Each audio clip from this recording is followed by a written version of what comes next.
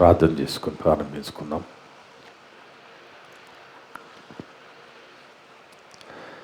క్రీస్తు యేసునందు మమ్మల్ని అతిమిక్కిలిగా ప్రేమించిన మా పరలోకపు తండ్రి, మీ యొక్క పరిశుద్ధమైన ఘనమైన నామమును బట్టి స్తోత్రాలు వందనాలు తండ్రి. గడిచిన వారం అంతా కూడా మమ్మ కాచి కాపాడి మాకు ఎలాంటి పరిస్థితులు వచ్చినప్పటికీ కూడా వాటన్నిటిని జయించే శక్తిని మందరికి ప్రసాదించి మందరి జీవితంలో మరొక దినాన్ని ఈ విధంగా ప్రవేశపెట్టి మరికొన్ని మాటలు కొద్ది కాలపు ఆదివారపు సంఘ కొడుకులు కూడుకొని నేర్చుకుని ఆలోచించే ధన్యత దయచేస్తున్న దేవా స్తోత్రాలు వందనాలు తండ్రి. వచ్చిన వింటున్న ప్రతి ఒక్క బిడని పేరు పైన ముట్టండి, తాకండి, పరిశుద్ధపరచండి, బలపరచండి తండ్రి. ఎవరెవరైతే ఆన్లైన్ ద్వారా యూట్యూబ్ ద్వారా వింటున్నారో ఆ కుటుంబాన్ని దీవించి ఆత్మీయ బలపరచండి. ఒక సమయంలో పరిశుద్ధ గ్రంథం నుంచి గొప్ప సంగతులు మేము పరిశోధన చేస్తుండగా మందరికీ పరిశుద్ధాత్మ సన్నిధి దయచేయండి తండ్రి. మాట్లాడే నాకు కూడా ఆత్మ సన్నిధి ప్రసాదించండి తండ్రి. నేను సత్యవాక్యాన్ని సరిగా విభజించి మాట్లాడే ఆత్మ సన్నిధి దయచేయండి తండ్రి. మనుషులను సంతోషపెట్టే మాట నేను మాట్లాడకుండా మిమ్మల్ని మాత్రమే సంతోషపెట్టే విధంగా మాట్లాడుకు కృప చూపండి తండ్రి. నన్ను నేను తగ్గించుకుని మేము చేస్తూ మీకే కీర్తి మహిమ తెచ్చే విధంగా మాట్లాడే భాగ్యాన్ని ప్రసాదించండి దేవా. నా ద్వారా మాట్లాడే ప్రతి మాట వింటున్నందరూ హృదయాలలో ఫలింపచేయమని సమస్త ఘనత మహిమ ప్రభావాలు మీకే చెల్లిస్తూ మా ప్రభును మా రక్షకుడును మీ ప్రియ కుమారుడు అయిన యేసుక్రీస్తు వారి పరిశుద్ధ నామమున అడిగి వేడుకొనిచున్నాము తండ్రి. ఆమేన్. ముందుగా దేవునికి స్తోత్రం చెల్లిద్దాం. కుడి వచ్చిన సంఘస్థులకు, ఆన్లైన్ ద్వారా యూట్యూబ్ ద్వారా వింటున్న దేవుళ్ళందరూ కూడా యేసుక్రీస్తు నామమున వందనాలు. దేవుని బిడ్డలారా, దేవుని మహాకృపను బట్టి మనమంతా ఈ విధంగా ఇక ఆదివారపు సంఘ కొడుకులో కూడుకొని మరి యొక్క గొప్ప అతి ప్రాముఖ్యమైన సంగతిని నేర్చుకుని ఆలోచించే ధన్యత దయచేస్తున్న తండ్రికి యేసుక్రీస్తు ద్వారా కృతజ్ఞతాస్తుతులు చెల్లిద్దాం. ఆమేన్. ఈరోజు దేవుడు సంఘాన్ని ఆన్లైన్ ద్వారా యూట్యూబ్ ద్వారా వింటున్న ప్రతి ఒక్క బిడ్డని ప్రేమించి మనందరి కోసం ఏర్పాటు చేసిన అంశం, పరలోకములో మన కొరకు ధనమును కూర్చుకోవడం ఎలా. పరలోకములో మన కొరకు ధనమును కూర్చుకోవడము ఎలా.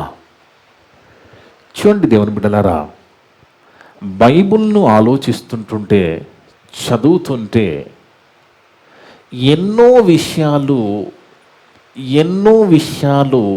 మనిషికి తెలియాలని గుట్టలుగా దేవుడు బైబిల్ గ్రంథంలో రాసి ఉంచాడు. అందుకే బైబిల్ గ్రంథాన్ని మనము బాగా చదవాలి, బాగా పరిశీలన చేయాలి. ఎందుకంటే దేవుని బిడ్డలారా, ఈ బైబిల్ గ్రంథం అనేది మర్మంగా ఉంటుంది. అక్కడొక మాట ఇక్కడొక మాటగా ఉంటుంది. ఒక నవలలాగా, ఏదో చందమామ కథలాగా, ఒక కథలాగా వరుసగా మరి రాసినట్టుగా ఉండదండి.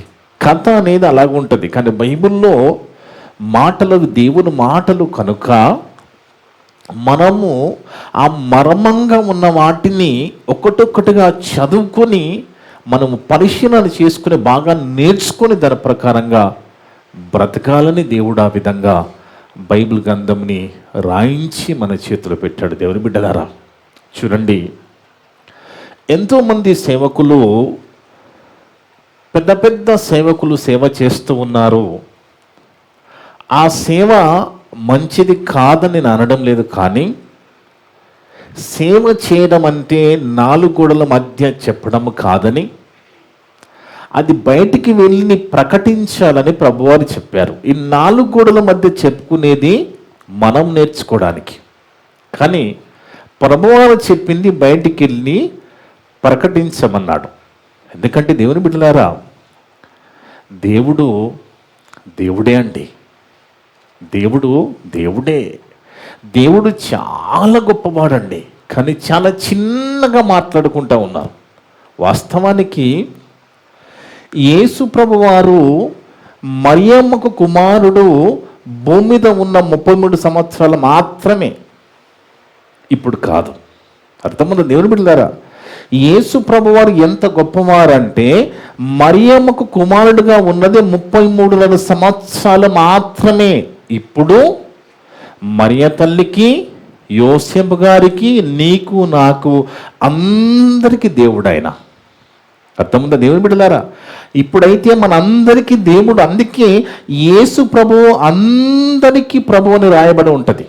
యేసు ప్రభు వారు అందరికీ ప్రభువు, కొందరికి కాదు.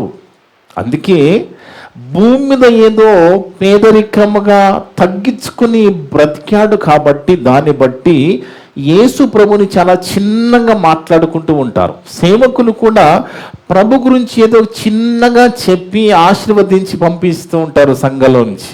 కానీ యేసు ప్రభు చాలా గొప్పవాడండి, చాలా జ్ఞానవంతుడైన,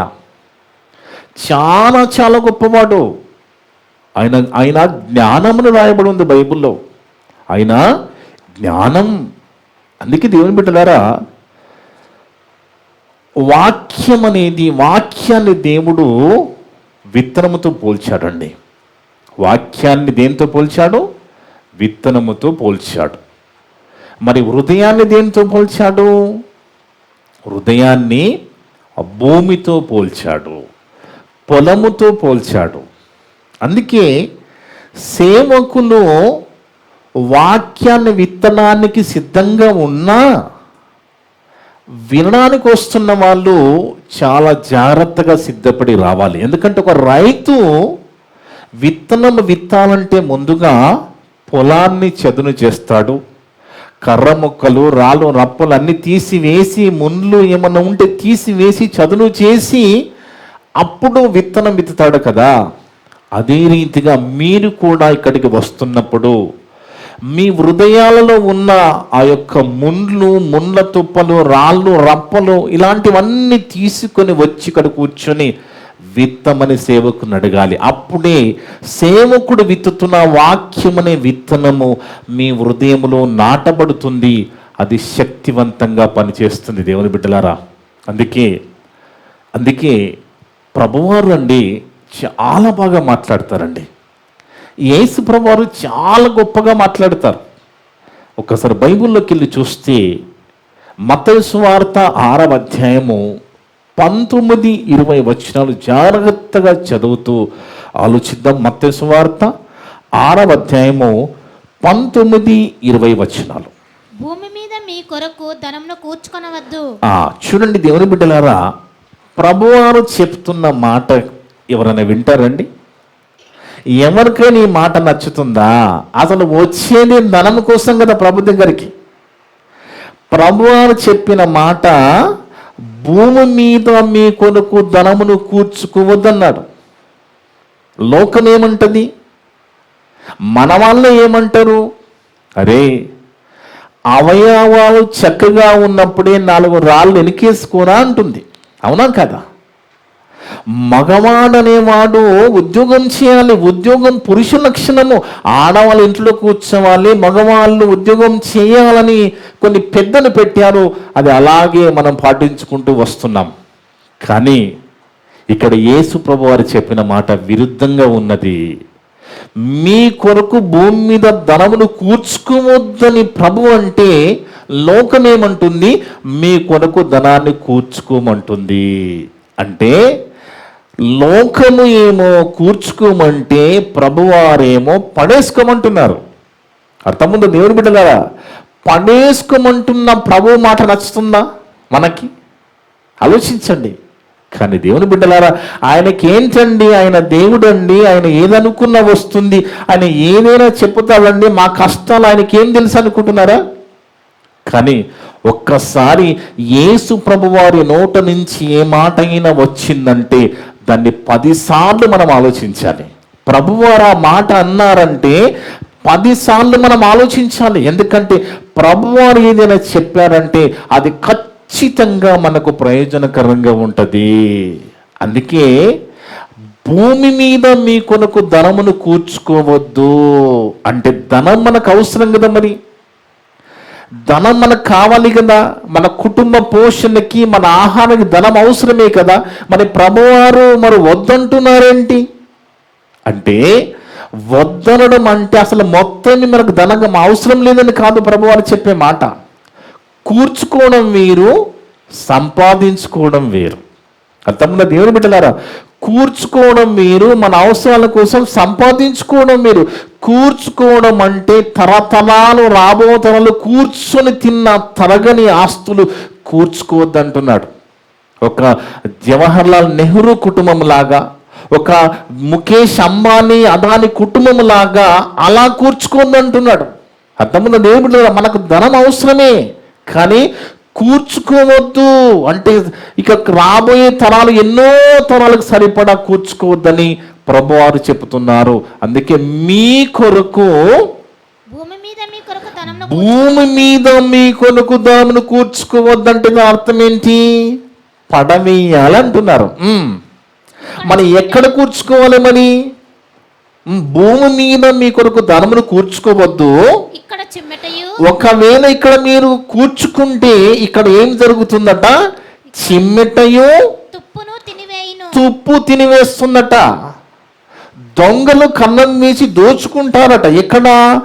భూమి మీద కూర్చుకున్న ఈ ధనాన్ని ఏం చేస్తాయట? చిమ్మెటలు, మోత్ అంటారు కదా, చిమ్మెటలు తినివేస్తాయట. చెదలు పడతాయి కదండి, కరెన్సీ నోట్లకు చెదలు పడతాయి తెలుసు కదా. ఇక్కడ మనం కూర్చుకుంటే చిమ్మెటలు తినివేస్తాయి, తుప్పును తినివేయును. తుప్పు తినివేస్తుంది, దొంగలు కన్నం వేసి దొంగలు కన్నం వేసి దోచుకుంటారు. అంటే భూమి మీద మనం కూర్చుకునే ధనానికి ఇలాంటి పరిస్థితులు వస్తాయి కనుక మీరు ఇక్కడ కూర్చుకోవద్దు అంటున్నాడు. మరి ఎక్కడ కూర్చుకోవాలి? పరలోకమందు మీ కొరకు ధనమును పరలోకమందు మీ కొరకు ధనమును కూర్చుకోమంటున్నాడు. అదేంటి? భూమి మీద మనకు ఆహారము, రైస్ అవసరము, రోగం వస్తే డబ్బులు అవసరము, ధనం ఇక్కడ అవసరం కదా. మన అక్కడెందుకు? పరలోకములో మరి ఆ ధనము అక్కడేం చేసుకుంటాము? ఒకవేళ అక్కడ కూర్చుకోమంటున్నారు ప్రభువారు, అక్కడ కూర్చుకోవాలంటే ఇక్కడ హెవెన్లీ బ్యాంకులు ఏమన్నా ఉన్నాయా భూమి మీద? ఆలోచించండి, బాగా ఆలోచించండి. ఎందుకంటే ఈ మాట క్రైస్తవులంతా చదువుకున్నారు. ప్రభువారు చెప్పి 2000 సంవత్సరాలు మాట అర్థమవుందండి. ప్రభువారు ఈ మాట చెప్పి 2000 సంవత్సరాలు గడిచిపోయి అందరూ చదువుకున్నారు, పక్కన పెట్టేసి. ఎందుకంటే నచ్చలేదు వాళ్ళకి. చదువుకున్న వాళ్ళకి నచ్చలేదు. ఇదేంటి భూమి మీద కూర్చుకోవద్దు అంటున్నాడు అని చదివి పక్కకు పెట్టేశారు. అంటే మనుషులు ఎలాంటి వాళ్ళంటే ఏ మాట వాళ్ళకి అక్కడికి వస్తుందో అది మాత్రమే వాడుకుంటారు, అక్కర్లేంది పక్కన పెట్టేస్తారు. దేవుని బిడ్డలారా, అందుకే చాలామంది మరి చర్చిలకు, సంఘాలకు సరిగా రారు, మరి మారు మనసు పొందరు, బాప్సం తీసుకోరు. కానీ ఆటోలో వెనుక కొన్ని వాక్యాలు రాసుకుంటూ ఉంటారు. నీ రాకపోకల యందు యెహోవా నన్ను కాపాడును. వాస్తవానికి ఆ వ్యక్తి సంఘానికి రాడు, మారు మనసు పొందడు, బాప్తిజం అంటే ఆ వాక్యం ఆయనకు అలా అవసరమవుతుంది. ఏది అవసరమైతే అది వాడుకుంటున్నాడు మనిషి. అవసరము లేదనుకుంటూ ఈ మాట పక్కకి పెట్టేశాడు. దేవుని బిడ్డల, కానీ ప్రభువారు అంటున్నారు, పరలోకములో మీ కొరకు ధనాన్ని కూర్చుకోండి. మరి పరలోకములో ధనాన్ని కూర్చుకోవాలంటే ఇక్కడ ధనం అక్కడికి ఎలా వెళ్ళాలి? చాలామంది విదేశాలకు వెళుతూ ఉన్నారు, అక్కడ వాళ్ళ కరెన్సీ అమెరికా డాలర్ సంపాదించుకుంటున్నారు. అక్కడి నుంచి ఇక్కడ తీసుకురావడానికి ట్రాన్స్ఫర్ పద్ధతి ఉన్నది కదా. వేరే దేశాలు సంపాదించి ఇక్కడికి మార్చుకోవచ్చు, మన దేశానికి మార్చుకోవచ్చు. కానీ ఇక్కడ దానిని అక్కడ మార్చడం ఎలా? ప్రాసెస్ ఏంటి? దానికి ఏంటి ప్రాసెస్? ఆలోచించండి దేవుని బిడ్డలారా. ఎందుకంటే యేసు ప్రభువారు చెప్పుతున్న ఒక్కొక్క మాట చాలా గొప్ప మాట దేవుని బిడ్డలు. ఆ మాటనికి లోబడి మనం బ్రతికితే ఖచ్చితంగా మనకి పరలోకము దొరుకుతుంది. ఎందుకంటే మనల్ని పరలోకానికి వీళ్ళు అర్హులను టిక్కుపెట్టవలసింది ఎవరు అనుకుంటున్నారు? యేసు ప్రభువారే. ఎందుకంటే సెలక్షన్ కమిటీలో మెయిన్ మెంబర్గా ఉన్నారు యేసు ప్రభువారు. మనల్ని పరలోకముకి టిక్కు పెట్టాలా, మనకి స్టాంప్ వేయాలంటే ఎవరు? యేసు ప్రభువారు. ఈ మాట ఇలాగే మళ్ళా వద్దాం ఈ వాక్యం దగ్గరికి. ప్రభువారు ఒప్పుకోవాలని ప్రకటన గ్రంథం 3వ అధ్యాయంలో, ప్రకటన గ్రంథం 3వ అధ్యాయం 5వ వచనం చదువుకుంటే దేవుని బిడ్డలారా, ప్రకటన గ్రంథము 3వ అధ్యాయము 5వ వచనం. జయించువాడు అలాగున్న తెల్లని వస్త్రములు జయించువాడు అలాగున తెల్లని వస్త్రములను ధరించుకొనును, జీవ గ్రంథములో నుండి అతని పేరెంత మాత్రం తుడిచిపెట్టబడదు. నా తండ్రి ఎదుటను ఆయన దూతల ఎదుటను అతని పేరు ఒప్పుకొందును. అంటే ప్రభు ఒప్పుకోలేమనన్ని, ప్రభు ఒప్పుకోవాలి, ప్రభు టిక్కి పెట్టాలి, ప్రభు స్టాంప్ వేస్తేనే మనకి పరలోకం దొరుకుతుంది. అలాంటి ప్రభువే చెప్పుతున్నారు ఏమని? మీరు భూమి మీద మీ కొరకు ధనమును కూర్చుకోకండి, కానీ పరలోకములో మీ కొరకు ధనమును సమకూర్చుకొనుడి, అక్కడ కూర్చుకోండి అంటున్నాడు. మరి అక్కడ కూర్చుకోవాలంటే ఇక్కడి నుంచి అక్కడ ఎలా కూర్చుకోవాలి అంటే, ఇక్కడ ఉన్న ఈ డాలర్లు, ఈ రూపీ, ఈ కరెన్సీ మరి అక్కడ పనిచేస్తుందా? ఇది అక్కడికి ఎలా వెళ్ళాలి? మరి బాగా ఆలోచించాలి దేవుని బిడ్డలారా, బాగా ఆలోచించాలి. ఎందుకంటే ఒక్కొక్క మాట ఆలోచిస్తే దేవుని బిడ్డలారా, ఒక్కొక్క మాట ఆలోచిస్తే ఆశ్చర్యం కలుగుతుంది. ప్రభు నోట నుంచి వస్తున్న ఆ బోధ, ఆ మాటలు ఆశ్చర్యం కలిగిస్తాయి. ఎందుకంటే ఆయన జ్ఞానవంతుడైన, నాలెడ్జ్ కోసం లోకంలో ఎన్నో వెతుకుతా ఉన్నారు కదా, నాలెడ్జ్ కోసం లోకములో ఎన్నో వెతుకుతా ఉన్నారు. కానీ వాస్తవానికండి ఈ లోకములో ఈ వింతలు విడ్డూరాలు పెట్టింది ఆయనే. కలిగి ఉన్న ఏది ఆయన లేకుండా కలగలేదు. ఆయన ద్వారా కలగబడింది మనిషి వెతుక్కుంటూ సంబరపడిపోతున్నాడు. కానీ మనిషి అనేవాడు ఆలోచించాలి దేవుని బిడ్డలారా. దీన్ని చూసినప్పుడు ఇది ఇంత గొప్పగా ఉన్నది కదా, దీన్ని ఎవరు తయారు చేశారని ఆలోచించాలి మనిషి. ఇది ఇంత గొప్పగా ఉన్నది కదా, ఇంత అద్భుతంగా ఉన్నది కదా, దీని వెనుక తయారు చేసిన ఎవరైనా ఆలోచిస్తేనే మనిషికి దేవుడు అర్థమవుతాడు దేవుని బిడ్డలారా. అందుకే ప్రభువారు చెప్తున్న మాట, పరలోకములో మీ కొరకు పరలోకమందు మీ కొరకు ధనమును కూర్చుకొనుడి, అచ్చట చిమ్మెట అయినను తుప్పైనను దాన్ని తినివేయదు, దొంగలు కన్నం వేసి దొంగిలరు. చూడండి దేవుని బిడ్డలారా, అంటే యేసు ప్రభువారు చెప్పిన మాట, భూమి మీద ధనము కూర్చుకోవద్దు, పరలోకములో కూర్చుకోవాలి. మరి పరలోకములో కూర్చుకోవాలంటే ప్రాసెస్ ఏంటి? ఇక్కడ ఉన్న ధనం అక్కడికి వెళ్ళాలంటే ప్రాసెస్ ఏంటి? అక్కడ కూడా ఈ ధనము ఎలా వెళ్ళగలుగుతుంది? మన భూమి మీద ఏమైనా మరి బ్యాంకులు, పరలోక బ్యాంకులు ఏమైనా ఉన్నాయా అంటే ఎక్కడ మనకు కనబడడం లేదు కదా పేరు మీద. మరి అక్కడికి వెళ్ళడం ఎలా, అక్కడ కూర్చుకోవడం ఎలా? ఒక్కసారి బైబిల్లోకి వెళ్ళి చూద్దాం దేవుని బిడ్డలారా. 1 తిమోతి పత్రిక 6వ అధ్యాయము, 1 తిమోతి పత్రిక 6వ అధ్యాయము 18వ వచనం చూద్దాం. 18, 19 వచనాలు దేవుని బిడ్డలారా. 1 తిమోతి పత్రిక 6వ అధ్యాయము 18, 19 వచనాలు. వారు ఎవరు? వారంటే ఎవరండి? ఇక్కడ పూర్వీకులండి, పూర్వీకులు. వారు వాస్తవమైన జీవం అంటే ఇది వాస్తవమైన జీవం కాదా? మరి ఆలోచించాలి. వారట వాస్తవమైన జీవం సంపాదించుకునే నిమిత్తము అని వాళ్ళు ఆలోచించారట. ఎవరు? పూర్వీకులండి. ఒక ప్రశ్న అండి, పూర్వీకులు మంచి వాళ్ళ, మనం మంచి వాళ్ళమా? పూర్వీకులు మంచి వాళ్ళ, మనం మంచి వాళ్ళమా? పూర్వీకులే మంచి వాళ్ళు, మనము ముదుర్లము. అవునండి, వాళ్ళు చాలా మంచి వాళ్ళండి. వాళ్ళు చూడండి, వారు వాస్తవమైన జీవం అంటే ఈ భూమి మీద ఉన్నప్పుడే పరలోకం కోసం ఆలోచించారు వాళ్ళు. ఈ భూమి మీద ఉన్నప్పుడే పరలోకము దేవుని కోసము ఆయన దగ్గరికి వెళ్ళడానికి ఆలోచించారు. అందుకే వారు వాస్తవమైన జీవము సంపాదించుకునే నిమిత్తము రాబో కాలానికి మంచి పునాది వేసుకున్నారట. ఇక్కడ భూమి మీద ఉన్నప్పుడే రాబోయే ఆ పరలోకానికి, ఆ కాలానికి మంచి పునాది వేసుకున్నారు. వాళ్ళకి అర్థమైపోయింది ఏంటి, ఇది వాస్తవమైన జీవము కాదు. బాగా గుర్తుపెట్టుకోండి దేవుని బిడ్డలారా, ఎవరికైతే ఇది వాస్తవము కాదని అర్థమవుతుందో వాళ్ళు మాత్రమే దేవుని కోసం బ్రతకగలరు. ఇది గుర్తుపెట్టుకోండి, మీ గుండెలో రాసుకోండి మీరు. ఎవరికైతే మన కళ్ళ ముందు కనబడుతుంది వాస్తవము కాదని అర్థమవుతుందో వాళ్ళు మాత్రమే దేవుని కోసం బ్రతికి చనిపోయి పరలోకానికి వెళుతారు.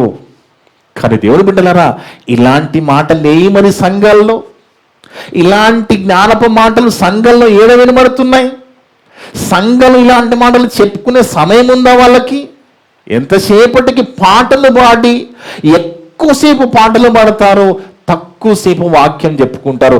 ఏ వాక్యం అయితే మనిషిని మారుస్తుందో, ఏ వాక్యం అయితే మనిషిని ఆలోచింపజేస్తుందో దానికేమో తక్కువ సమయమో, పాటలకు ఎక్కువ సమయం. పాటలు పాడి పాడి పాడి ఆ డ్రమ్ములు వాయించి అలసిపోయిన తర్వాత ఒక 10 నిమిషాల వాక్యం చెప్పుకొని వెళ్ళిపోదాం అనుకుంటారు. అది మనకే జరిగింది కదా.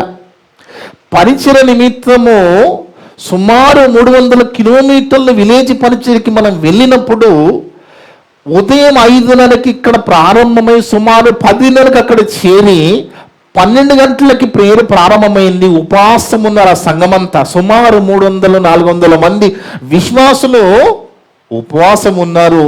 ప్రత్యేకంగా హైదరాబాద్ నుంచి మనల్ని పిలిచారు, విలేజ్ పరిచయ నిమిత్తం పిలిచారు. అక్కడికి వెళ్ళిన తర్వాత 12 నుండి సుమారు 2 గంటల వరకు పాటలు పాడారండి. ఆ పాటలు పాడుతున్న సమయంలో ఇక చివరిగా సంఘకాపురు ఏమంటున్నాడు, ఒక 10 నిమిషాల వాక్యం చెప్పుకొని ముగించుకుందామన్నాడు.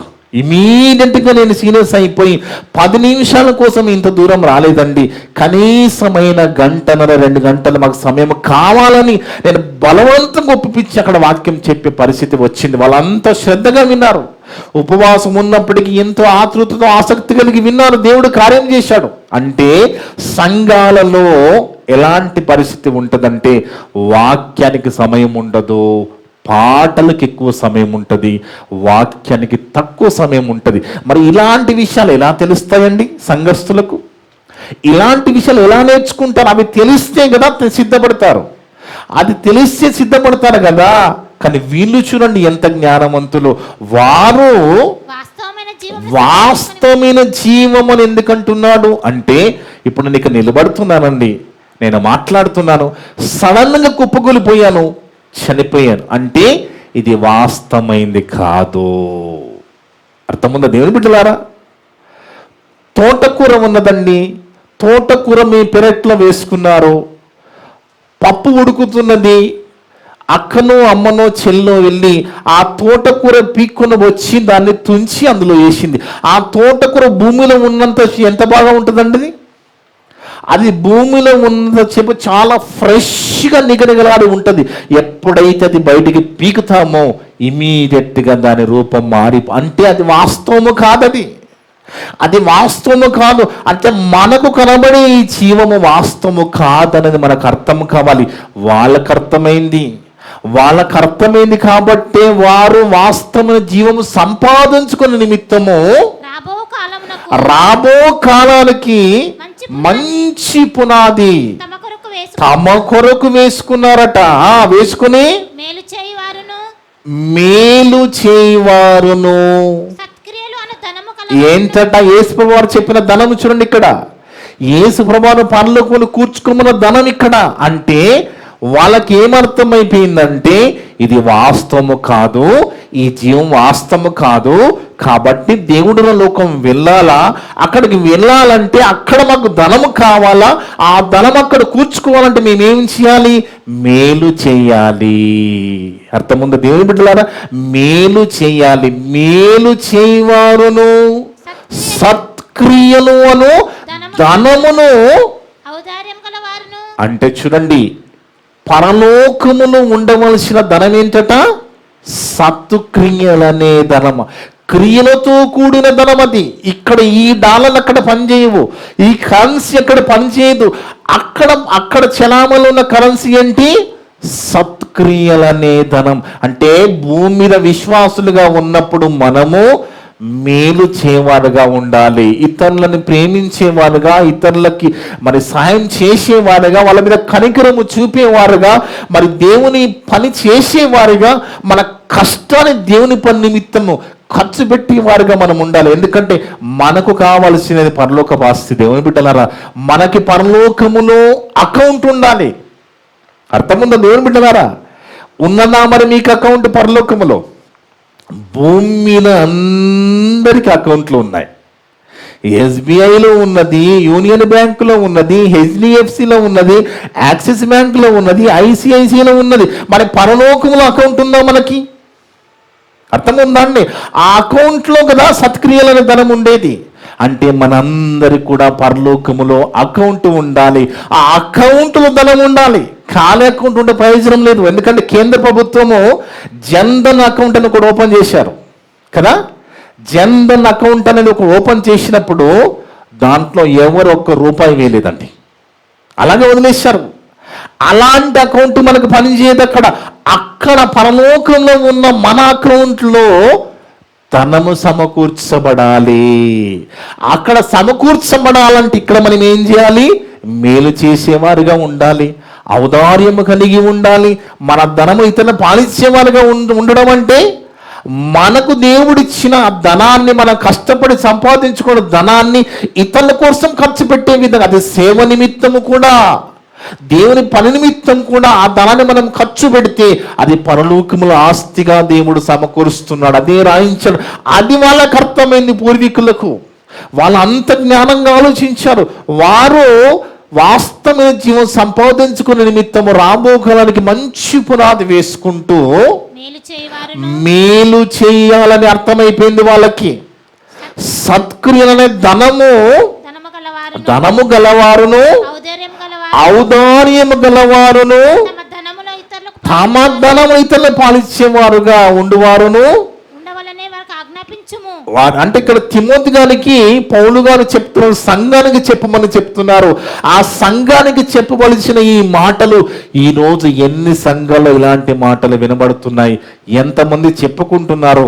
ఎంతమంది పరలోకముల ఆస్తి సమకూర్చుకుంటున్నారు? ఆలోచించండి దేవుని బిడ్డలారా. ఎందుకంటే ఐన్స్టీన్ అనే ఒక శాస్త్రవేత్త ఎన్నో కనిపెట్టాడండి, ఏమేమో కనిపెట్టాడు. ఏమేమో కనిపెట్టిన తర్వాత ఆయన చివరి దినాల్లో ఆయన ఏమన్నాడంటే ఈ లోకమంతా మాయ అన్నాడు. అంటే ఆయనకు అప్పుడు అర్థమైపోయింది లోకమంతా ఈ మాయ లోకమని అర్థమైపోయింది ఐన్స్టీన్ గారికి. అలాగే ఎంతో మంది శాస్త్రవేత్తలు ఇంకా లోకములు వెతుకుతూనే ఉన్నారు. ఎంతగా వెతుక్కుంటూ వెళ్ళిపోయారంటే, ఒక రాయి ఉంటుంది కదండి, రాయి అనేది పదార్థం అండి.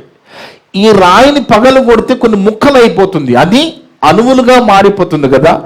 అణువులు పరమాణువులు ఇంకా విభజిస్తే పరమాణుగా మారిపోతుంది. ఆ పరమాణువులు ఏముందో కూడా పరిశోధన చేశారు శాస్త్రవేత్తలు. ఆలోచించండి. అంటే ఎంత పరిశోధన చేసినా ఇక వాళ్ళ వల్ల కాక ఈ లోకం మేము తెలుసుకుని మా వల్ల కాదని చేతులెత్తేశారు శాస్త్రవేత్తలు. దేవుని బిడ్డలు, అంటే ఇదంతా కూడా వాస్తవము కాదని, మన కళ్ళ ముందు కనబడుతున్నది ఒకనాడు ఉండదని, ఈ కనబడేదంతా కనబడకుండా పోతుందని, ఆ కనబడని పరలోకం అనేది శాశ్వతంగా ఉంటుందని, ఈ తుచ్చమైన చిన్న దానికోసమే ఆశపడి ఆ మహాలోకాన్ని పోగొట్టుకోవద్దని దేవుడు నేర్పిస్తున్నాడు. దేవుని బిడ్డలారా, వాళ్ళు గమనించేశారు. వాళ్ళు ఈ ఐన్స్టీన్, ఈ కొపర్నికస్, ఈ శాస్త్రవేత్తల కంటే మేధావులు వీళ్ళు చూడండి. వారు ఎంతగా కనిపెట్టేశారంటే ఇది వాస్తవమైన జీవము కాదు, దీన్ని నమ్ముకుంటే ఏదో ఒక రోజు మనం ఈ లోకాన్ని విడిచిపోవలసినదే. కాబట్టి మనం ఏం చేద్దామంటే భూమి మీద ఉన్నప్పుడే పరలోక ధనం సంపాదించుకుందాం. అలా సంపాదించుకోండి. ఏం చేయాలంటే భూమి మీద మేలు చేయాలి, మంచి చేయాలి, ఎంతో మందిని సంఘానికి నడిపించాలి, దేవుని పనిలో నడిపించాలి, దేవుని పనిలో కొనసాగాలి, దేవుని కోసం బ్రతకాలి, బ్రతికింపజేయాలి, అవధానం కలిగి ఉండాలి, ఎంతమంది సాయం చేసేవారిగా ఉండాలి. ఎన్ని రకాల ఇది క్రియలనే ధనం, ఇది సత్క్రియలనే ధనము పరలోకములో కూర్చోబడుతుంది. అక్కడ మనకు అకౌంట్ ఉండాలి, అకౌంట్లో ఈ ధనము సమకూర్చుకుంటూ ఉండాలి దేవుని బిడ్డలారా. అందుకే ఇంకో మంచి మాట అదే తిమోతి గారికి రాస్తూ 1 తిమోతి పత్రిక 6వ అధ్యాయము 7 నుంచి 10 వరకు చదువుకుంటే, 1 తిమోతి పత్రిక 6వ అధ్యాయము 7 నుంచి 10 వరకు దేవుని బిడ్డలారా. మనం ఈ లోకంలోనికి ఏమీ తేలేదు. ఏం తేలేదా? మనం ఈ లోకంలోనికి ఏం తీసుకురాలేదా? తీసుకొచ్చామండి ఏమైనా? లేదా నేను ఏదైనా తీసుకొచ్చాను అనేవాళ్ళు ఉన్నారు ఇక్కడ. మనం ఈ లోకంలోనికి ఏమీ తీసుకురాలేదు, దీనిలో నుండి ఏమి తీసుకుపోమండి. ఎవరి బాపు వల్ల కాదండి తీసుకుపోవడం. అవుతుందా? ఎవరి వల్ల కాదు. అంటే ఈ లోకంలోనికి మనం వచ్చినప్పుడు ఏమి తీసుకురాలేదు, ఇక్కడి నుంచి పోయేటప్పుడు కూడా ఏమి తీసుకొని పోము. ఇది బాగా గుర్తుపెట్టుకోండి. అంటే వట్టి చేతులతో ఈ లోకములకు వచ్చాము. ఇక్కడికి వచ్చిన తర్వాత మనకి ఏది కావాలో దేవుడు ఇచ్చాడు, కానీ ఇక్కడికి వెళ్ళిపోయేటప్పుడు కూడా మనం ఏమీ తీసుకుపోము. అదే చెప్తున్నాడు, మనం ఈ లోకములోనికి ఏమీ తీసుకొని రాలేదు, దీనిలో నుండి ఏమి తీసుకొని పోలేము. ఏమి తీసుకొని రాలేదు కానీ కనబడేంత నాదే అంటాడు మనిషి. మనిషి లాంటి వాడంటే ఏమి తీసుకొని రాలేదు కానీ కనబడేదంతా నాదే. చూడండి ఎలాగున్నాడు. కానీ మనం ఈ లోకములోకి ఏమి తీసుకురాలనేది నగ్న సత్యం, ఇది జగమెరిగిన సత్యం, ఇది అందరికి తెలిసిన సత్యం. మనం ఈ లోకములోకి ఏమీ తీసుకుని రాలేదు, దీనిలో నుండి ఏమీ తీసుకొని పోలేము. కాబట్టి కాగా అన్న వస్త్రములు కలవరమై ఉండి, ఏందటండి? కాగా అన్న వస్త్రములు కలవరం. రెండేనా అండి? అన్న వస్త్రం సరిపోతుందా మనకి? సరిపోతుంది అంటున్నాడు దేవుడు. ఈ 2 మీకు చాలా అంటున్నాడు దేవుడు. ఈ భూమి మీదకి ఏమి తీసుకురాలేదు, వచ్చిన తర్వాత మీకు ఉండవలసిన అన్న వస్త్రము చాలు. అదే చెప్తున్నాడు. ఈ 2 మనకు చాలట, అన్నము వస్త్రము. అంటే మనము జమీందారులుగా ఉండడం దేవునికి ఇష్టం లేదా? మనం జమీందారులుగా బతకడం దేవునికి ఇష్టం లేదా?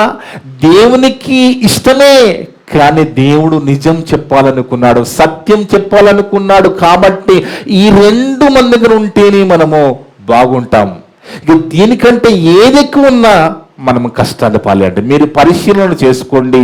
మన జీవితాలు ఒకసారి వెనుకకి వెళ్ళి చూసుకుంటే, ఇప్పుడున్న జీవితానికి అప్పుడున్న జీవిత పరిశీలన చేసుకుంటే మనకి తేట తెల్లమైపోతుంది. ఎందుకంటే ఇక్కడ చెప్తున్న మాట, అన్న వస్త్రములు గలవారమై ఉండి వాటితో తృప్తి పొంది ఉందుము. అంటే అన్నం వస్త్రం ఉంటే చాలంటున్నాడు దేవుడు. అవునా కదా? అది కూడా ఇక్కడికి వచ్చిన తర్వాత దేవుడు ఇచ్చిందే. అక్కడి నుంచి వచ్చినప్పుడు మాత్రం ఏమీ తీసుకొని రాలేదు, ఇక్కడి నుంచి పోయేటప్పుడు ఏం తీసుకొని పోము. ఆలోచించండి దేవుని బిడ్డలారా. ఎందుకంటే 2 మాత్రమే మీకు అర్థం కావాలంటే కొన్ని సంవత్సరాల క్రితము భారతదేశ ప్రభుత్వము ఏమన్నదంటే, ఒక్కరు చాలు, 2 ముద్దన్నదండి. ఎవరు? పిల్లలు కనడానికి ఒక్కరి కనండి, 2 ముద్దు, 3 వద్దన్నది. అవునా కదా? ఎందుకు వద్దన్నది అంటే, 3 4 కనేస్తే దేశం అడుక్కుతింటుందండి. దేశం అడుక్కుతినే పరిస్థితికి వెళ్ళిపోతుంది. కాబట్టి 2 చాలు, ఒక్కరు లేక 2 చాలు అన్నది. ఇక్కడ దేవుడు కూడా అదే అంటున్నాడు. ఏమంటున్నాడు? అన్నము వస్త్రముతో వాటితో తృప్తి పొంది ఉందము. ఈ 2 కాకుండా 3ది ఒకటి ఉన్నది లోకంలో. ఏంటది? ధనము. ఆ ధనము మన జీవితంలోకి వస్తే ఏం చేస్తుంది అక్కడ చెప్తున్నా. అంటే 3వది వద్దంటున్నాడు దేవుడు. ఆ 3వది మన జీవితంలో వస్తే మన జీవితం ఎలాగైపోతుందో అక్కడ దేవుడు రాయించాడు. దేవుని ధనవంతులగుటకు అపేక్షించువారు శోధనలోను ఏందట ఏముంటుంది దాంట్లో? శోధనలోను ఉరిలోను అవివేక యుక్తములను హానికరములైన అనేక దురాశల్లో పడిపోవుదురు. ఈ రెండు దేవుడు చెప్పినవి కాకుండా ఆ మూడో దాని జోలికి మనము పోయి శోధనలోకి వెళ్ళిపోతున్నాం. బాగా ఆలోచించండి. ఎందుకంటే ఈ రెండు చాలు, ఉంటే నువ్వు సేఫ్గా ఉంటావు అని దేవుడు చెప్పాడు. దేవుని పక్కకి పెట్టి మూడో దాని జోలికి పోయాము కాబట్టి ఈరోజు లేని కష్టాలు, లేని ఇబ్బందులు, లేని శోధనలు ఇవన్నీ మనిషి అనుభవిస్తున్నాడు. దేవుని బిడ్డలారా, అందుకే అంటున్నాడు శోధనలోను ఉరిలోను అవివేక యుక్తములకు హానికరములకు అనేక దురాశలలో పడుదురు. అట్టివి ఎట్టివి? ఈ మూడోది, ఈ ధనం అనేది, ఈ మూడోది ధనాపేక్ష అనేది అట్టిది మనుషులను నష్టములోను నాశనములోను ముంచివేస్తదట. అంత ప్రమాదకరమైనది, ముంచివేస్తుంది. ఎందుకంటే ధనాపేక్ష సమస్తమైన కీడులకు మూలం. అంటే భూమి మీద ఒక మనిషిని హత్య చేస్తున్నా, మోసం చేస్తున్నా, అబద్ధాలు చెబుతున్నా, కొల్లగొడుతున్నా, కబ్జాలు చేస్తున్నా, మరి ప్రభుత్వాలను కూలగొడుతున్నా, రాజకీయ నాయకులు అబద్ధాలు చెప్పి ఏదో ఒకటి చెప్పి ఓట్లు దండుకుంటున్నా, వీటన్నిటి వెనుక ఏమున్నది? ధనాపేక్ష ఉన్నది. ఇది సమస్తమైన కీడులకు మూలమట. అంటే కీడు అనేది మనిషికి ఏదైతే ఉందో అది దాని వెనుక ఉన్నదేంటి? ధనాపేక్ష. ఈరోజు రాజకీయ నాయకులు చెబుతున్న మాటలు, చూపిస్తున్న ఆశలు ఎలాగైపోయాయంటే వాళ్ళకేమో ఓట్లు కావాలి, ప్రజలకేమో ఫ్రీగా కావాలి. అర్థముందండి? ఎలాగైనా ఓట్లు వాళ్ళు వేసేసుకోవాలని వాళ్ళు చెబుతుంటే ప్రజలేమో ఫ్రీ కావాలనుకుంటున్నారు. కానీ వాస్తవానికి దీని వెనుక ధనాపేక్ష ఉన్నది. ధనాపేక్ష అనేది సమస్తమైన కీడులకు మూలం. అసలు కీడు అనేది భూమి మీద ఉందంటే దాని వెనుక ధనాపేక్ష ఉన్నది. అందుకే ఆ ధనాపేక్ష కలిగిన వాళ్ళ పరిస్థితి ఏమైపోతుందో రాశారు అక్కడ.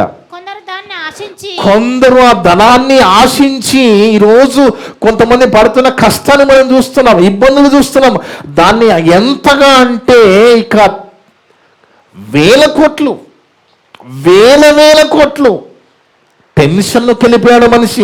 వేల కోట్లు ఏం చేసుకుంటాడు మనిషి? ఇన్ని కోట్లు ఒక మనిషి అండి, ఇన్ని వేల కోట్లు ఏం చేసుకుంటాడండి? ఏమైనా తీసుకుని వెళ్ళగలడా? పట్టుకుని వెళ్ళగలడా? పట్టుకుని వెళ్ళిన వాళ్ళు ఎవరైనా ఉన్నారా? పోనీ సాధ్యపడదు. అయినా మనిషికి తృప్తి తీరదనమాట. తృప్తి ఎందుకంటే ధనాపేక్ష. నాకు కావాలి, నాకు అవకాశం వచ్చింది, నేను దండుకోవాలనుకుంటున్నారు. వేల కోట్లు కొల్లగొడుతున్నారు, ఇబ్బందులు పడుతున్నారు, టెన్షన్లోకి వెళ్ళిపోతున్నారు, మనశ్శాంతి లేకుండా అయిపోతున్నారు. దేవుడు చెప్పాడు కదా, ఈ ధనాపేక్ష కొందరు ఆ ధనాన్ని ఆశించి విశ్వాసము నుండి తొలగిపోయి. ఎవరి గురించి చెప్తున్నాడు విశ్వాసం తొలగిపోయి అంటే? క్రైస్తవుల గురించే చెప్తున్నాడండి. కొందరు దానిని ఆశించి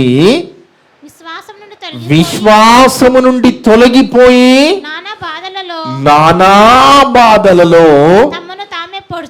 తమ్మును తాము పొడుచుకొని. ఎలాగైపోతుంది ఆఖరికి పరిస్థితి అంటే? విశ్వాసం నుంచి తొలగిపోవడం అంటే దేవునికి దూరం అయిపోవడము, తమ్మును తాము పొడుచుకునే పరిస్థితికి వెళ్ళిపోతారంటే ఆలోచించండి. దేవుడు చెప్పిన మాట, మీకు భూమి మీద మీరు ధనాన్ని కూర్చుకోవద్దు, మీరు పరలోకంలో ధనాన్ని కూర్చుకోవాలి. అక్కడ కూర్చుకోవాలంటే సత్క్రియలనే ధనం భూమి మీద, క్రియలు కలిగి ఉండాలి భూమి మీద మనం.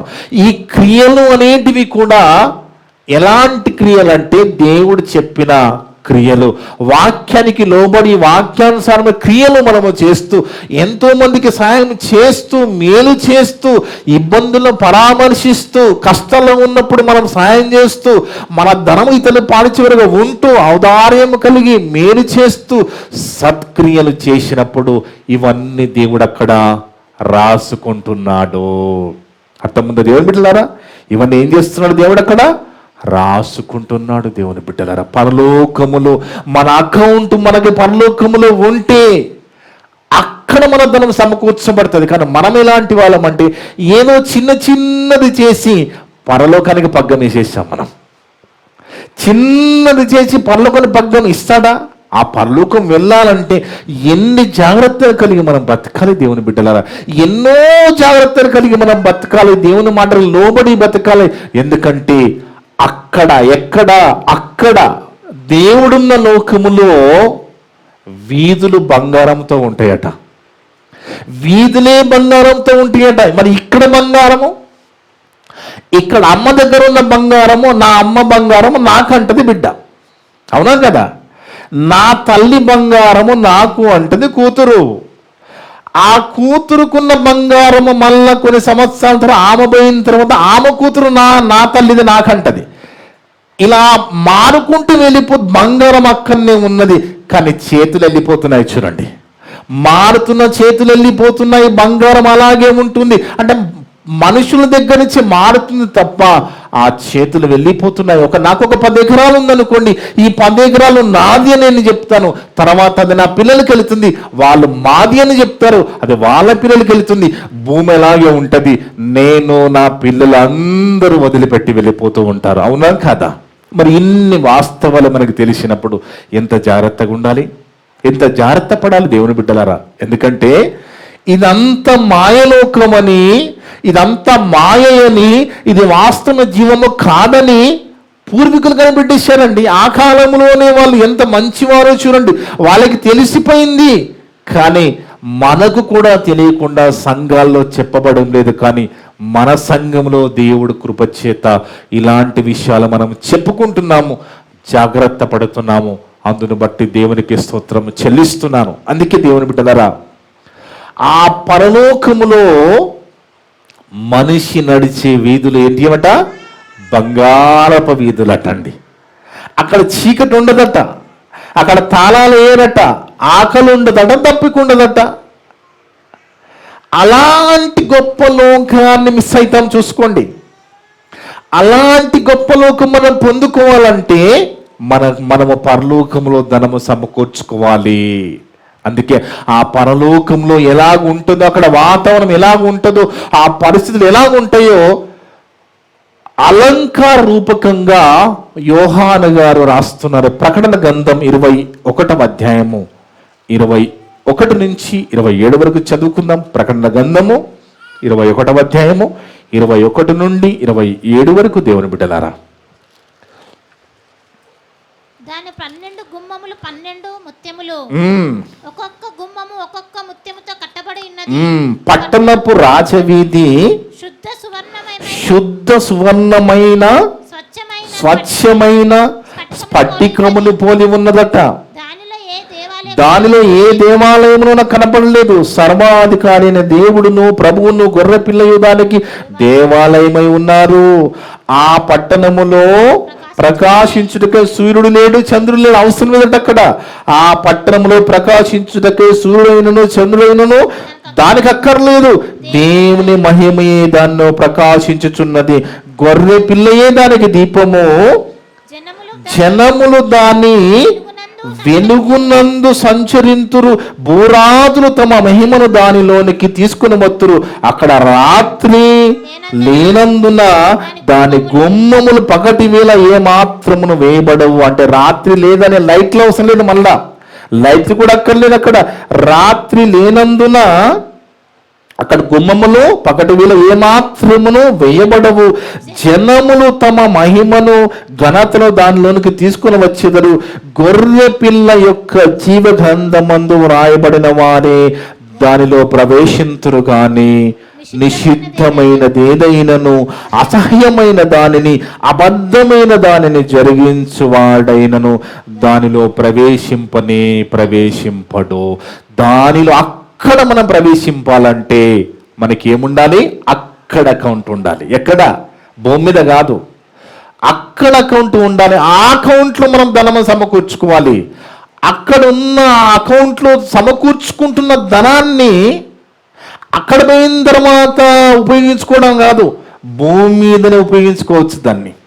అర్థముందా దేవుని బిడ్డలారా? బైబిల్ ఎంత గొప్పగా ఉందో చూడండి, ఎంత అద్భుతంగా దేవుడు రాయించాడో చూడండి. మనము సత్క్రియ అనే ధనం పరలోకములో కూర్చుకుంటే కష్టం వచ్చిందండి, ఇమీడియట్గా ప్రార్థన చేశాము, ఇమీడియట్గా దేవుడా కళ్ళు మూసుకోవాలడు. ఒక్కసారి నీ అకౌంట్ ఓపెన్ చేస్తాడు. అక్కడ నీ అకౌంట్ ఓపెన్ చేస్తే అక్కడ దాంట్లో ఏమైనా ఉందా లేదా చూస్తాడు. ఏమైనా ఉంటే నీకు సమాధానం వస్తుంది, ఏమి లేకపోతే తీసి పక్కన పెట్టేస్తాడు. మీకు అర్థం కావాలంటే ఏటీఎం కార్డు ఉందండి, ఏటీఎం కార్డు తీసుకుని వెళ్ళి ఏటీఎం మిషన్ దగ్గరికి వెళ్ళి దాంట్లో పెడతాం, పెట్టి డబ్బులు ఎంటర్ చేస్తాం, బయటికి తీస్తాం. అకౌంట్లో ఏమీ లేదనుకోండి, అప్పుడు ఏమొస్తుంది? తెల్లని కాగితం బయటకు వస్తుంది. ఏమని? నిల్ బ్యాలెన్స్ అని. ఏదైనా ఉందనుకోండి, నువ్వు తీసిన డబ్బు బయటికి వస్తుంది. అలాగే పరలోకం అనే అకౌంట్లో అక్కడ మనకి ధనం ఉంటేనే ఈ భూమి మీద మనం అడగగానే పనులు జరుగుతాయి. అక్కడ సమకూర్చుకునే ధనాన్ని ఇక్కడనే వాడుకోవచ్చు. అర్థమైన దేవుని బిడ్డలారా, అక్కడ సత్కిలేని ధనాన్ని భూమి మీదనే ఎలా వాడుకున్నాడో ఒక భక్తుడు ఒకసారి బైబిల్లో చూసుకొని ముగించుకుందాం. యెషయా గ్రంథము 38వ అధ్యాయం. యెషయా గ్రంథము 38వ అధ్యాయము 1 నుండి 6 వరకు చూద్దాం దేవుని బిడ్డలారా. యెషయా గ్రంథము 38వ అధ్యాయము 1 నుండి 6 వరకు జాగ్రత్తగా చదువుదాం. ఆ దినములలో హిజ్కియా తెలుసు కదండి, హిజ్కియా ఎవరు అనుకుంటున్నారు? అయినా రాజీనా. ఈ రాజుకట మరణకరమైన వ్యాధి వచ్చేసిందంట. అప్పుడు ప్రవక్త ఆమోజు కుమారుడు యెషయా ద్వారా దేవుడు సమాచారం పంపించేశాడు. ఏమని? అతని యొద్దకు వచ్చి నీవు మరణమగుచున్నావు, బ్రతుకవు కనుక నీ ఇల్లు చక్కబెట్టుకుంటే మనకేమర్థమవుతుందండి? ఇల్లు చక్కబెట్టుకుని చచ్చిపోతామంటే ఏమర్థమవుతుంది మనకి? ఓ ఇల్లు చక్కబెట్టుకో అంటే బంగారము బిడ్డకి, భూమి కొడుకులకి. ఆ బెంగళూరులో అమ్మాయి వచ్చిందా? అమెరికాలో కొడుకు వచ్చాడా? ఎందుకు? వీళ్ళందరూ వచ్చి దరిద్రం వాళ్ళ చేతులు పెట్టిపోవాలి. మళ్ళీ వీళ్ళు కూడా ఎవరైనా అలాగ పిలిచి మరి మీరు మారు మనసు పొందలేదు, మారు మనసు పొందండి, రక్షణ పొందండి, దేవుని పనులకు వెళ్ళాలని వాళ్ళని చెప్తారా? అంటే మన వాళ్ళకు ఎలా అర్థమవుతుంది అంటే ఇల్లు చక్కబెట్టుకోవడం అంటే భూమి మీద ఉన్న సర్దనమే అర్థమవుతుంది. కానీ ఇల్లు చక్కబెట్టుకోవడం అది కాదు. అక్కడ చెప్తున్నాడు చూడండి, నీవు నీ ఇల్లు చక్కబెట్టుకునమని యెహోవా సెలవిస్తున్నాడని చెప్పగా ఇమ్మీడియట్గా హిజ్కియా రాజు ఏం చేశారండి? భయపడలేదు. దేవుడు అన్నాడంటే చచ్చిపోతాం కదా, దేవుడు అన్నాడంటే చచ్చిపోతాం, ఆయనకు తెలుసు. కానీ ఆయన ఏం చేశాడంటే ఇమ్మీడియట్గా అతను తన ముఖమును గోడ తట్టు తిప్పుకొని యెహోవా యథార్థ హృదయుడనై, తండ్రి దేవా నువ్వు ఎలాగ చెప్పావు తండ్రి, నువ్వు చెప్పావంటే నేను చచ్చిపోతాను, కానీ ఒక్కసారి తండ్రి నా అకౌంట్ ఓపెన్ చేయమంటున్నాడు. అక్కడ నా అకౌంట్ ఒకసారి ఓపెన్ చేసి చూడు. ఎంత ధైర్యం అండి, ఎంత ధైర్యం కదా. అంటే ఆయన ఎంత గొప్పగా బతికారో చూడండి. ఒక్కసారి నా అకౌంట్ ఓపెన్ చేస్తూ తండ్రి నేను భూమి మీద ఏమేమి చేశానో చెప్తున్నాడు అక్కడ. యెహోవా యథార్థ హృదయుడనై సత్యముతో నీ సన్నిధిని నేను ఎట్లు నడుచుకుంటునో, అంటే ఏ విధంగా నేను బతికానో నా సత్క్రియలకు ఒకసారి చూడు, నా క్రియలనే ధనము చూడు ఒకసారి అకౌంట్లో ఏ విధంగా నడుచుకుంటునో, నీ దృష్టికి అనుకూలమైన సమస్తం నేను ఎట్లు జరిగించి తినో కృపతో జ్ఞాపకము చేసుకున్నామని హిజ్కియా కన్నీళ్లు విడుచుచు యెహోవాకు ప్రార్థన చేయగా. చూడండి దేవుని బిడ్డలారా, అంటే అకౌంట్, ఆ పరలోకపు అకౌంట్, యేసుప్రభు చెప్పిన అకౌంట్. అందుకే భూమి మీద కాదు, అక్కడ మనం సంపాదించుకుంటే దాన్ని భూమి మీద ఎలా వాడుకోవాలో ఇక్కడ హిజ్కియా భక్తుడు నేర్పిస్తున్నాడు మనకి. ఇమీడియట్ గా ఆయన భూమి మీద ఎలా బతికాడు? సత్కరిన ధనాన్ని అక్కడ ఒకసారి గుర్తు చేసుకోమంటున్నాడు దేవుణ్ణి. అప్పుడు ఇమీడియట్ గా దేవుడు యెహోవాకు ఇమీడియట్ గా వచ్చేస్తుంది ఆయన దగ్గరికి. యెషయాకు ప్రత్యక్షమై ఇలాగ సెలవిచ్చెను, నీవు తిరిగి హిజ్కియా యొద్దకు పోయి అతనితో ఇట్లనము, నీ పితరుడైన దావీదునకు దేవుడైన యెహోవా నీకు సెలవిచ్చినదేమనగా నీవు కన్నీళ్లు విడుచుట చూచితిని. హిజ్కియా నువ్వు కన్నీళ్లు విడిచామయ్యా, నీవు ఎంత ధనము సంపాదించుకున్నావు పరలోకములో అంటే భూమి మీద నీ ఆయుష్కాలం 15 సంవత్సరాలు బతికేంత ధనము అక్కడ సంపాదించుకున్నారట. అందుకే అదే అంటున్నాడు అక్కడ, నీవు కన్నీళ్ళు విడుచుడు చూచితిని, నీ ప్రార్థన అంగీకరించి ఉన్నాను, ఇంకా 15 సంవత్సరం ఆయుష్కాలము నీకు ఇచ్చేదను. దేన్ని బట్టి ఇచ్చాడు ఆయనకు ఆయుష్కాలము? భూమి మీద బతికినప్పుడు ఆయన దేవుని మాటలకు లోబడి యథార్థ హృదయముతో సత్యముతో దేవుని సన్నిధిని ఎట్లు నడుచుకున్నాడో, ఆయన దృష్టికి మరి ఎంత గొప్పగా బతికాడో, దేవుని కోసం ఎలా జీవించాడో, ఆయన కార్యం ఎలా జరిగించాడో అవన్నీ గుర్తు చేసుకోమన్నాడు. అవి గుర్తు చేసుకోమన్నాడు అంటే అవన్నీ చేశాడనే కదా, అవన్నీ అక్కడ దేవుడు రాసుకున్నాడే కదా. దాన్ని బట్టి హిజ్కియా గారికి 15 సంవత్సరాల ఆయుష్కాలం పొడిగించబడింది. ఆలోచించండి దేవుని బిడ్డరా, ఎంత గొప్ప మాటలు బైబిల్లో రాయబడి ఉన్నాయో ఆలోచించండి. ఎంత గొప్ప మాటలు మనకి దేవుడు నేర్పిస్తారో ఆలోచించండి మీరు. బైబిల్లోనే సమస్తం ఉంటే పక్కన అక్కడిక్కడ దిక్కులు చూస్తే అక్కడ ఏమి లేదు. ఈ లోకమే మాయని చెప్తుంది బైబిల్. ఇదంతా ఒక మాయలోకము, ఇది వాస్తవమైనది కాదు. ఈ వాస్తవ జీవము, ఇది వాస్తవ జీవము కాదు. వాస్తవ జీవం అక్కడున్నది. అక్కడ ఆనందం మాత్రమే ఉంటది. ఇక్కడలాగా సుఖ దుఃఖాలు ఉండవు. అక్కడ సుఖం మాత్రమే ఉంటది, ఆనందం మాత్రమే ఉంటది. అక్కడ ఆకలి దప్పులు ఉండవు, సూర్యచంద్రులు అక్కర్లేదు అక్కడ. ఎప్పుడు దేవునితో యుగ యుగాలు ఆ జీవితం గొప్పదా, ఈ కొద్ది జీవితం చిన్న చేప గొప్పదా, తిమింగలం గొప్పదా? ఆలోచించండి. తిమింగలం కోల్పోతున్నాము చిన్న చేపకు ఆశపడి, కానీ మనము తిమింగలంగానే పట్టాలి. ఆ పరలోకం మనం వెళ్ళాలంటే ఇదిగో దేవుడు చెప్తున్నాడు, ప్రభువారు చెప్పారు, మీరు మీ ధనాన్ని పరలోకంలో కూర్చుకోండి. అక్కడ కూర్చుకుంటే దాన్ని బట్టి భూమి మీద నీ ఆయుష్కాలు పెరిగించబడతాయి, నీ అక్కలు తీర్చబడతాయి. అదే విధంగా నువ్వు మరలా విడిచి వచ్చిన పరలోకం వెళుతామంటున్నాడు. అందుకే మనకి ఒక మాట దేవుడు చెప్తున్నాడు మనందరికీ ఏంటంటే, మనం బ్రతికున్నప్పుడు యేసు ప్రభు ఒకవేళ వస్తే, లేదా మనము చనిపోయి ప్రభు వచ్చినా మళ్ళా మనమంతా లేస్తాము గనుక అప్పుడు జీతం తీసుకునే వారిగా మనం ఉండాలి. జీతం తీసుకునే వారిగా మనం ఉండాలి. వట్టి బిక్కముఖాలు పెట్టేవారిగా మనం ఉండకూడదు. బిక్కము ప్రశ్నార్థకంగా ఉండొద్దు. మన ఫేసులు క్వశ్చన్ మార్కులు పెట్టొద్దు. మనం ధైర్యంగా నిలబడాలని ఒక మాట చదువుకొని ముగించుకుందాం. 1 పేతురు పత్రిక 4వ అధ్యాయము 13వ వచనం. దేవుని బిడ్డలారా, 1 పేతురు పత్రిక 4వ అధ్యాయం 13వ వచనం. 1 పేతురు పత్రిక 4వ అధ్యాయము 13వ వచనం. క్రీస్తు మహిమ బయలుపరచబడినప్పుడు అంటే అర్థం ఏంటి? యేసుక్రీస్తు రెండవ రాకడలో, ప్రభువారు రెండవసారి రాబోతున్నారు కదా, ఆ రెండవ రాకడలో ప్రత్యక్షపరచబడినప్పుడు మీరు మహానందముతో సంతోషించు నిమిత్తం, అంటే అప్పుడు సంతోషించు నిమిత్తము ఇప్పుడు మనం ఏం చేయాలట? క్రీస్తు శ్రమలలో మీరు పాలివారైనంతగా సంతోషించుడి. శాలరీ అడ్వాన్స్ తీసుకున్నాను అనుకోండి, శాలరీ ఏమొస్తుందండి? శాలరీ స్లిప్లో బ్యాలెన్స్ నిల్లే వస్తుంది. అడ్వాన్స్ శాలరీ పోయిన తర్వాత ఇంకేమొస్తుంది? అలాగ ఉండకూడదు. మనము ఫుల్ శాలరీ తీసుకునేవాడుగా మనల్ని ఉండమంటున్నాడు దేవుడు. ఎందుకంటే ఇది మనం ఇక్కడ పరదేశులము, ఇదంతా మాయలోకము, ఇది వాస్తవ జీవము కాదు. వాస్తవ జీవం పరలోకమే. ఎవరైనా లోకాన్ని విడవలసింది. ఎంత కోటాను కోటీశ్వరులైన మల్టీ మిలియనీర్ అయినా ఈ లోకాన్ని విడవలసిందే. మనం కూడా ఒకనాడు ఈ లోకాన్ని విడిస్తాం.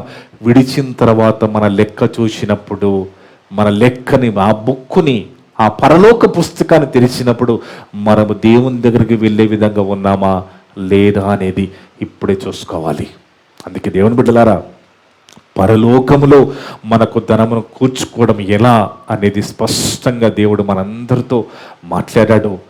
మనం అక్కడ ధనము కూర్చుకోవాలంటే ఇక్కడనే మేలు చేయాలి, ఇక్కడనే ప్రేమ కలిగి ఉండాలి, కనికరం చూపించాలి, క్రియలనే ధనం మనలో కనబడాలి, దేవుని పనిలో ఉండాలి, దేవుని కోసం కష్టపడాలి, దేవుని దగ్గరకు దేవుని బిడ్డను నడిపించాలి, దేవుని సేవలో వాడబడాలి, దేవుని కోసం మన ఖర్చు పెట్టాలి. ఎందుకంటే ఇది ప్రతి ఒక్కటి కూడా ఆ అకౌంట్లో పడుతుంది. ఇక్కడ ఏది దాచుకున్నా బ్యాంకులను నమ్మే పరిస్థితులు కూడా లేవండి. నేషనలైజ్ బ్యాంకులే ప్రమాదంలో ఉన్నాయి. నేషనల్ బ్యాంకులే నమ్మే పరిస్థితి లేదు ఇప్పుడు. అతి పెద్ద బ్యాంకే మోసకరం బ్యాంక్ బయటపడింది ఈ మధ్య. ఇంకా దేని నమ్ముతావు ఈ లోకంలో చెప్పండి? దేన్ని నమ్మగలమండి?